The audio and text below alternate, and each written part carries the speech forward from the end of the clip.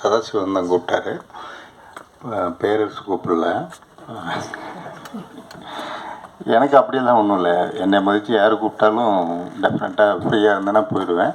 அது ஒரு சின்ன படம்னா டெஃபினட்டாக அங்கே ஆளாக அந்த டைமுக்கு வந்து நிற்பேன்.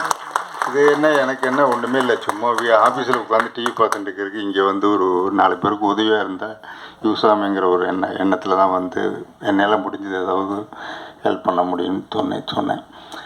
இப்போ உதயகுமார் சார் சொன்ன மாதிரி படங்கள் எடுக்கிறதுக்கு ப்ரொடியூசர்ஸ் இல்லை அப்படிங்கிற சொன்னதில் இல்லை, நாங்கள்லாம் ரெடியாக தான் இருக்கோம். ஏன்னா எல்லா நடிகருமே இப்போ வந்து அவங்க சொந்த படம், அவங்க மாமா மச்சான், அவங்க சித்தி பையன் இப்படியே படம் எடுத்துக்கிட்டு நாங்கள்லாம் என்ன வேலையை பார்க்குறது?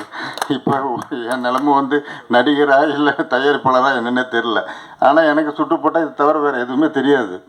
அதனால் சினிமாவில் நம்ம உண்மையாக இருந்ததுனால ஏதோ விதத்தில் ஏதோ ஒன்று இயக்குனர் எல்லாம் சேர்ந்து என்னை நடிக்க கூப்பிட்டு சொல்லி கொடுத்து ஏதோ கொஞ்சம் அங்கே ஏதோ நடிச்சுட்டு இருக்கேன் ஏதோ படங்களில். நாங்கள்லாம் ரெடியாக தான் இருக்கோம் படம் எடுக்கிறதுக்கு. நல்ல கண்டென்ட்